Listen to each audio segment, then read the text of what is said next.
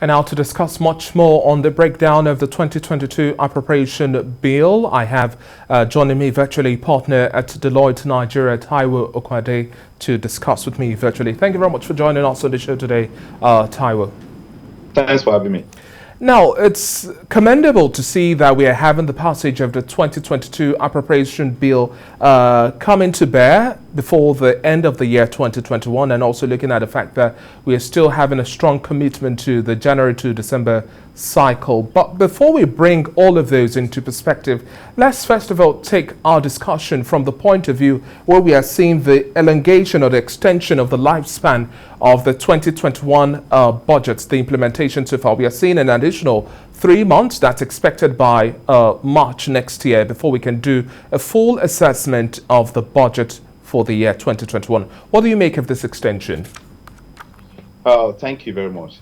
That's a very good question. The allocation of the implementation cycle is not something that is new. There are other countries that practice, budget cycle of more than 12 months. As you are aware, in the past, the Nigerian budget used to be passed around the middle of the year. So, which by implication means that you have to implement it for more than a particular calendar year or a particular fiscal year. So, which is what the government is trying to catch up with by extending the period for the implementation by 3 months. And I think if you look at the current year budget, there are so many things in the budget that are yet to be implemented. So if the budget is limited to between January and December, it will be impracticable to fully implement the budget unless you give additional time for the additional item in the budget to be implemented, or you have what is called a rollover, which means that whatever is yet to be implemented in the budget, we have to be rolled over to the next budget. I don't think there's anything, particularly wrong in extending the period by 3 months. The only issue is whether the 3 months we have to, the government will be able to, limit that implementation to about 15 months. We don't want to, get to 2023 and still be having a conversation around certain aspects of the budget that are yet to be implemented. So I think it's a good move, and I commend the National Assembly for approving that extension. And also looking at the performance that we are also expecting now, the scrutiny we've also had looking at the 2022 Appropriation Bill just prior to the passage from the House of Representatives and then to the Senate, we are seeing an increase one more time in the size of the budget. Now, according to some analysts, these increases are not necessarily realistic, and we have to have at the back of our minds as well the budget deficit we have to look at. We also have to look at the debt servicing that we have to take a look at the recurrent expenditure versus the capital expenditure, the ratio we also have as at now. And another big question so many ask is why do we continuously have all of these additions, and why is it difficult for us to reduce the cost of governance instead of just adding more lump sums to the budget? Okay, I think your question is in maybe about threefold, and I will try to address each aspect of your question. The first one is around the size of the budget, whether it's sustainable in the long run. If you look very closely, in the last 4 or 5 years, the size of the budget has been increasing every year. The size of the budget last year was about 4.6 trillion. For the current year, which is about 4.6 trillion. 2 years ago, the size of the budget was around about 8 trillion. Now, I think about 4 years ago, the size of the budget was around 6.7 trillion. Now, next year budget is about 7.126 trillion. So what we have been seeing is a gradual increase in the budget. I don't expect the budget to reduce anytime soon, especially when you look at some of the things that are expected to be fixed by this appropriation bill. We still have infrastructure problem. We still have structural problem. We still have the issue of business not being, very productive. So for the economy to be able to operate at the optimal level, then budget has to increase in line with the increase in inflation. And I'm sure you've heard this thing about inflation increasing every year. So if you look at the current rate of inflation at the moment as at November, inflation was about 15.44%, and inflation in December of this year has been estimated to be around 15% or so.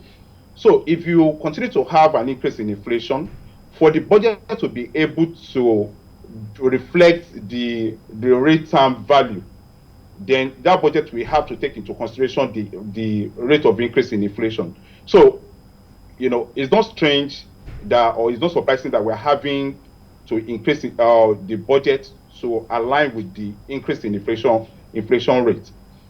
Now, is it sustainable? I don't think so. And the reason why the budget is not sustainable is because we're having a revenue challenge in the country. We have revenue problem. The Nigeria economy is a mono economy, a monoproduct economy, which means that the Nigeria economy relies solely on a single product for the purpose of any foreign exchange reserves.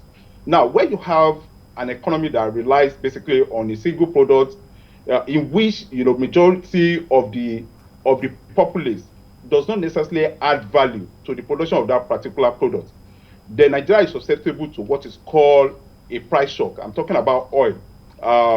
Nigeria is susceptible to what is called oil price shock and quantity shock. What this means is that if by any chance there is a reduction in the price of crude oil, then our budget will be thrown off completely. And if by any chance as well there is a restriction on the amount or the volume of oil that can be produced in the country, basically Nigeria doesn't have control over the oil that we produce.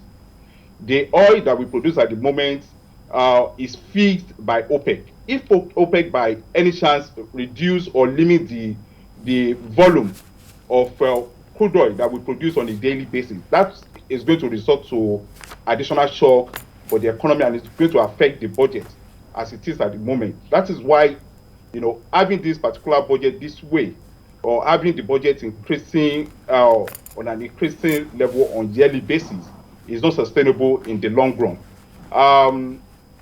But like I said before, we have a lot of challenges within the economy, infrastructure challenges that have to be fixed by the budget. We have a lot of security challenges. When the president was presented the budget to the National Assembly, to the joint session of the National Assembly, he mentioned that the reason why the spending in the budget has been increased significantly, that is for 2022, is because of basically security challenge that we're having in the country, and because the country is still having a shock from the recession that we experienced in 2020. And for the country to be able to come out of that recession and then report what is called economic growth, then the budget has to be done the way it is being done. Like I said, we still have a lot of challenge. Infrastructure has to be fixed. Revenue challenge has to be resolved for the country to be able to move in the right direction. And Taiwo, another reality we have to face in the face of this increase in the size of the budget, that next year marks the pre-election year as well. Hence, certain fundings are necessary at this point in time. How much of attention do you expect, and how much of ease or unease do you think the year 2022 is also going to affect the performance we are going to see? We are looking at a GDP growth rate of about 4.2%, inflation to moderate at about 13% thereabout. This is the anticipation. But with the tension that usually comes preceding the year of election, do you see all of this coming to bear? Unfortunately, no. There are so many, indices when you look at them that, that give a different picture of what we are what we should be expecting from the Nigerian economy in 2022.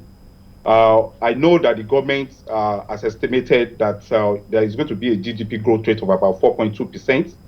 If you really look at all those parameters, it appears that it is not feasible for the country or for the economy to grow at that level or at that rate.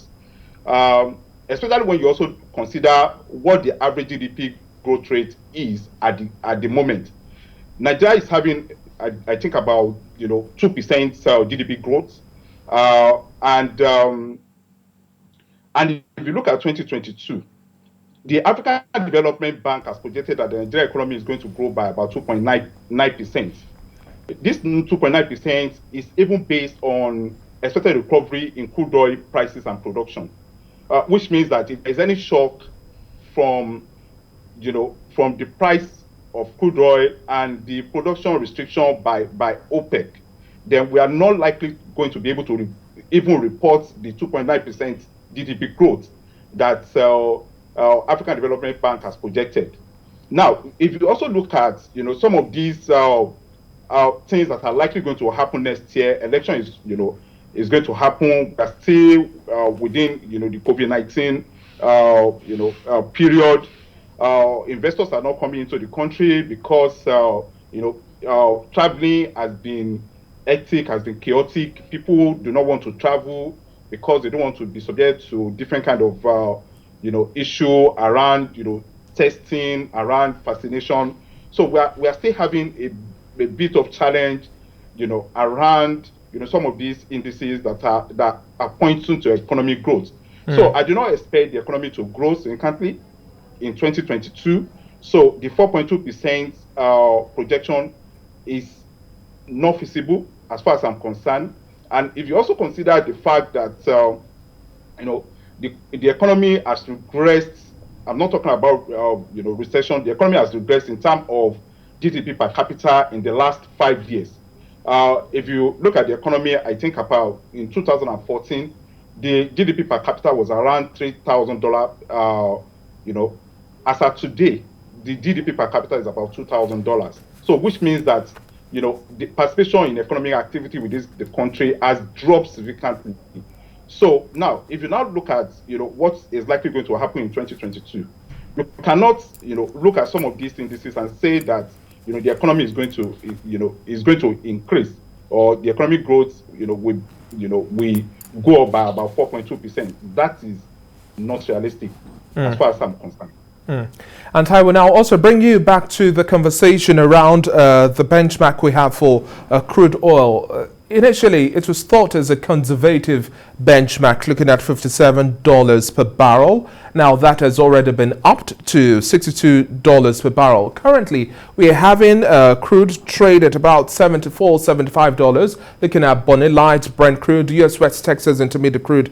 Do you still think this figure is conservative? Now, at the mid to almost the end of the third quarter of this year, we saw an uptick in the price of crude oil hitting about $80 to $82, $85 per barrel, and that has significantly also dropped now to the range of $74, $75. With Omicron still in sight and any other curveball which we might not necessarily be prepared for, like you've highlighted in your previous statement, do you think we are prepared for this shock? And is this benchmark still conservative, $62 per barrel? Yeah, I think the benchmark is conservative, and I must commend the government for making the decision to limit, to set the benchmark at $62. I thought $57 was also fine, but having it increased to $62, there's nothing wrong with it. That's just maybe an increase of about $5 per barrel, which is also fine, especially when you consider the fact that the current price is around $75 per barrel. From all indications, I do not expect the current price to change or to reduce significantly. I think the price will still over around $70 to about $80. So this give us an opportunity to have surplus which can accrue to the excess crude oil account. I think this decision is prudent, conservative on behalf on the part of government, and I think it will help us in the long run, to have surplus in our excess payroll accounts.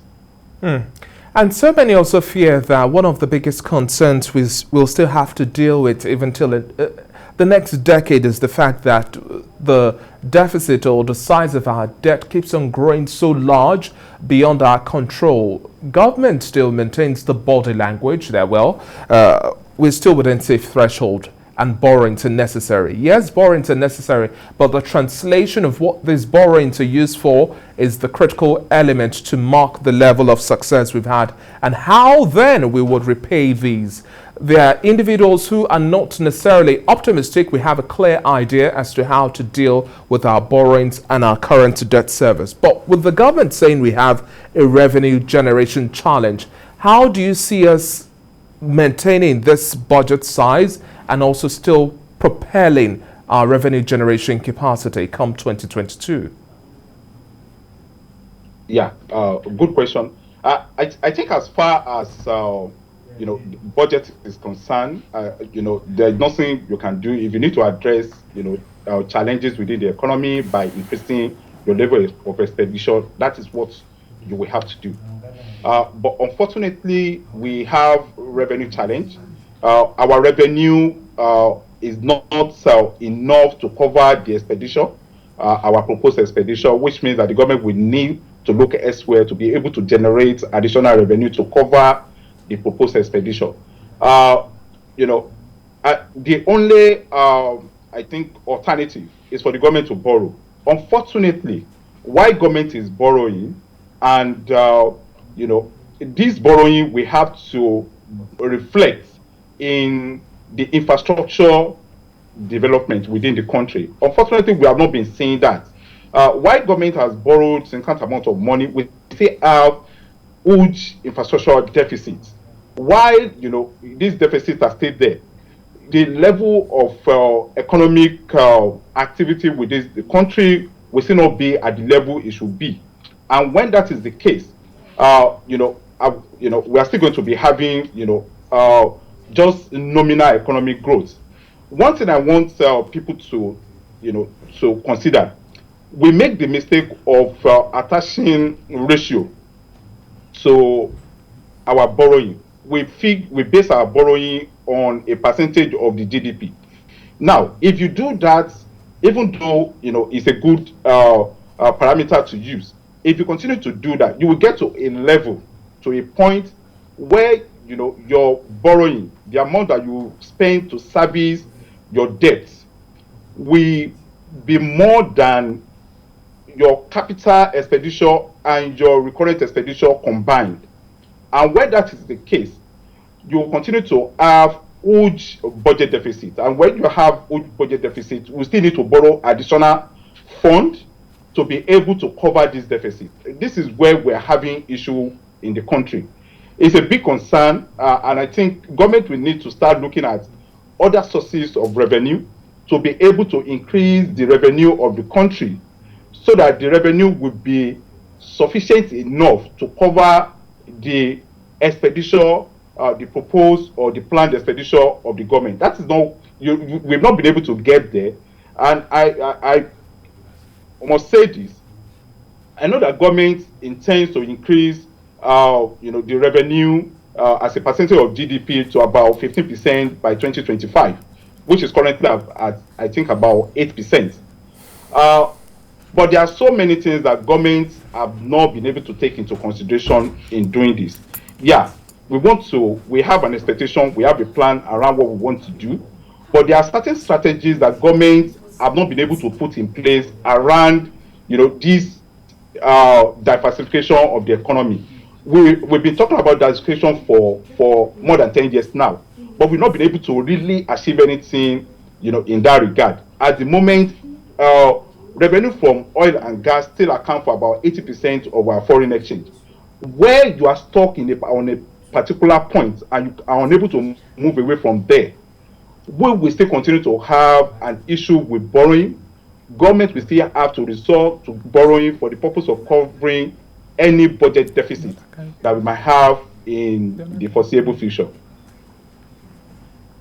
Okay, now, and I like the fact that you've brought into focus that we have this fixation on our main revenue generation or main revenue earner, foreign exchange earner, looking at oil now. How much of a problem is this, and why is it difficult to expand our revenue generation base? The how now is also what brings to the fore with this particular question, because at the end of the day, we've always make mention of diversification,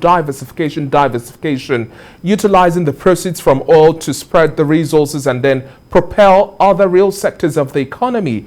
Truth be told, the benefits are clear to see from the non-oil sector, but why do we still have small levels of growth still recorded within these sectors that require heavier investments? Yeah, I think there are so many reasons why we are having an issue, especially when it comes to investment in the real sector of the economy that that could generate additional foreign exchange for us for the purpose of resolving some of these budget issues. Like I said, so many issues. There are political issues. There are when you also look at how determined the government is to address some of those challenges that are being faced in this sector. Like, when I started, I mentioned the issue of infrastructure. There is nothing you can do. There is no productive activity that can be carried out within the country without having adequate infrastructure. Do you have, electricity to enable business to be able to do their business without, obstruction or disruption? Do you have good road? Will business be able to transport the goods that they produce in their warehouse to where they are going to sell the goods seamlessly? We are still having all these, infrastructure deficits that government, has not been able to fix until this issue is completely fixed. And that's why I mentioned the issue of deficit. Now, if you look at the budget as it is today, the capital expenditure in the budget is about 5.4 trillion, which is less than a third of the total expenditure in the budget. Now, what we need in the country at the moment is, to address our infrastructure challenge. Now, what do you think? Where an economy, is committing just less than 33% of its total budget to capital expenditure? That is what we need to fix. If you are not fixing that, there is no way you can increase the level of economic activity within the country. So, which is why government will need to start looking at, how, to commit more. So this capital expenditure, so that we can fix our infrastructural deficit and then increase the level of economic activity within the country. If we do that, then the level of exports in the country will increase and the country will be able to earn additional foreign exchange. Now, like I said, we are a monoproduct economy. We rely only on a single product because that product generates about 80% of our foreign exchange earnings. Now, we need to move away from that product, especially when you consider some of the things that are happening around the world, especially when you look at countries that are moving away from fossil fuels, are moving into different kind of, countries producing electric cars.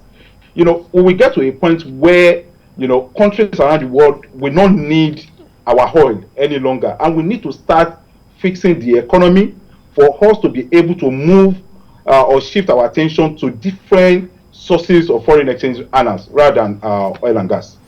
Okay, now Taiwo, let's also bring to the fore as well concerns around the currency market. Now, with this budget, the assumption we have is that we are having a peg of 410 naira 15 kobo as the official exchange rate to the US dollar.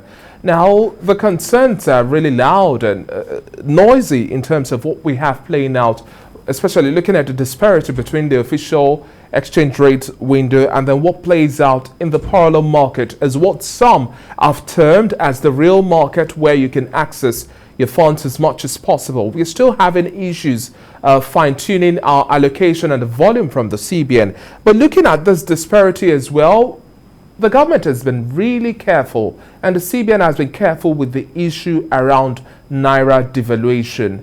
In the case of a further weakening of the naira, what do you think might be the worst case scenario for businesses that are struggling to keep up, especially MSMEs, since these are the engines of growth and are major revenue earners as well? Yeah, absolutely. And I think the first question should be around, whether the benchmark rate of about 410 naira to $1 is realistic. This can only be realistic to the extent that the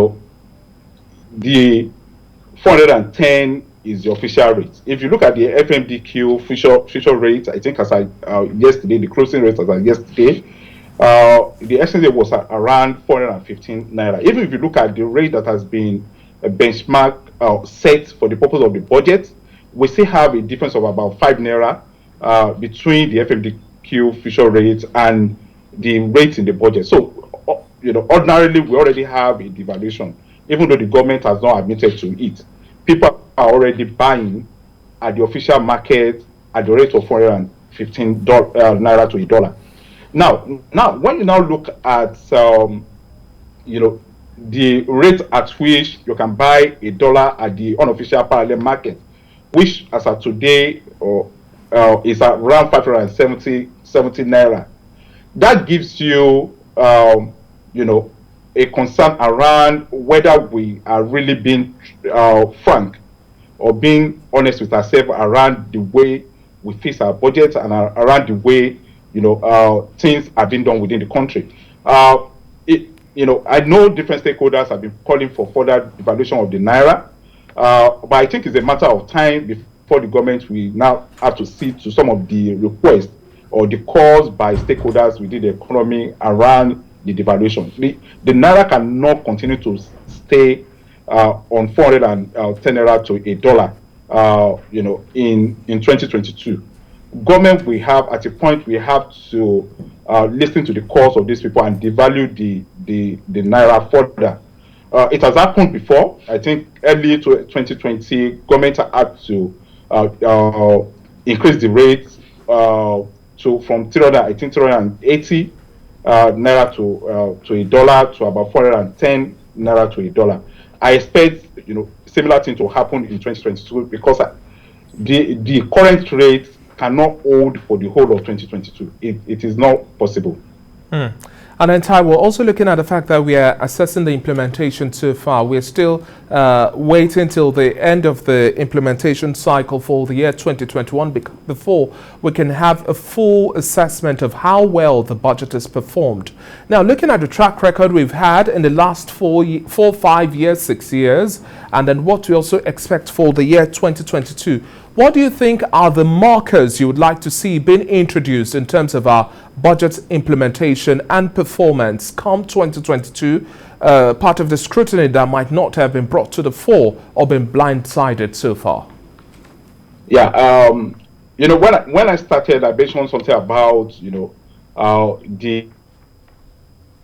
plan of the budget, which is the first step in the right direction. Government will need to continue to ensure that the budget is passed before the fiscal year to which that budget relates, which is why I'm commending the government for passing this budget. Hopefully the presidency we are sent to the president we are sent to the budget before the new year, so that full implementation can happen right from January. But like you said, I think there is still an issue around budget performance, whether the budget is being implemented fully the way it's supposed to be. We still have that issue around the implementation. I think as at our third quarter of this year, I think about 60% of the budget was implemented as at the end of third quarter. So we still had about 40% of the budget that was yet to be implemented as at the end of third quarter. So I doubt if the remaining 40% will be implemented, or the government will be able to implement the remaining 40% between September or October and December of this year, which is why I also commend the request and the decision of the National Assembly to approved the request by the presidency to, elongate the period of implementation to 15 months. So we are still likely going to be having the same issue, but I hope the elongation of the budget cycle to about 15 months will help to address this challenge that we've been having around budget performance and implementation in the past. Taiwo, we are gradually wrapping up our conversation at this point in time, but still looking at the breakdown of the budget as well, we have to bring in focus the security situation we have as at hand. It seems we've just mimicked the same old approach all this while now. But looking at the volume we are having, allocations to Defense, Ministry of Foreign Affairs, Ministry of Interior, and a whole lot more, do you think we can still push this limit of allocations and take much more seriously the issue around insecurity? Yeah, I think the budget has to an extent has been able to address that particular issue. Implementation is the only thing that is left now. When the president was presenting the budget, he specifically mentioned that the reason why they increased the especially the expenditure in the budget was basically to address the issue of security. And I think that has been reflected in the increase in especially the capital expenditure in the budget. Governments will need to be able to address this issue as soon as possible. The security challenge, especially in the north. We cannot continue to have the issue of banditry, the issue of kidnapping, without any resolution in sight.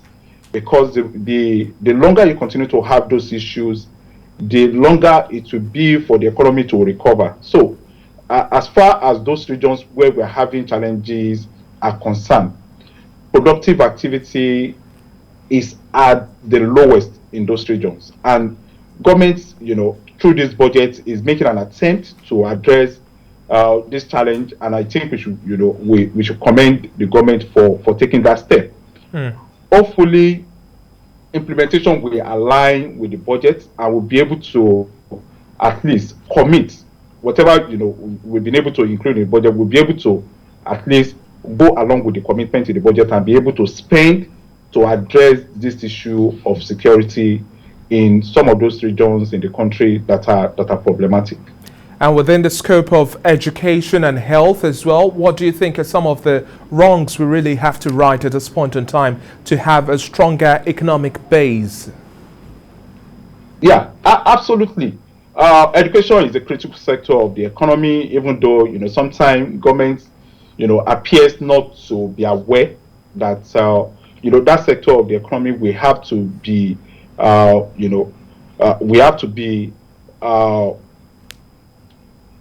helped for the economy to move forward. You need a literate economy. You need an educated populace. So when the populace is educated, then people are more conscious about what they need to do as part of their contribution to economic development and economic growth, which is why I think this particular budget, I don't think government has been able to focus, education and health.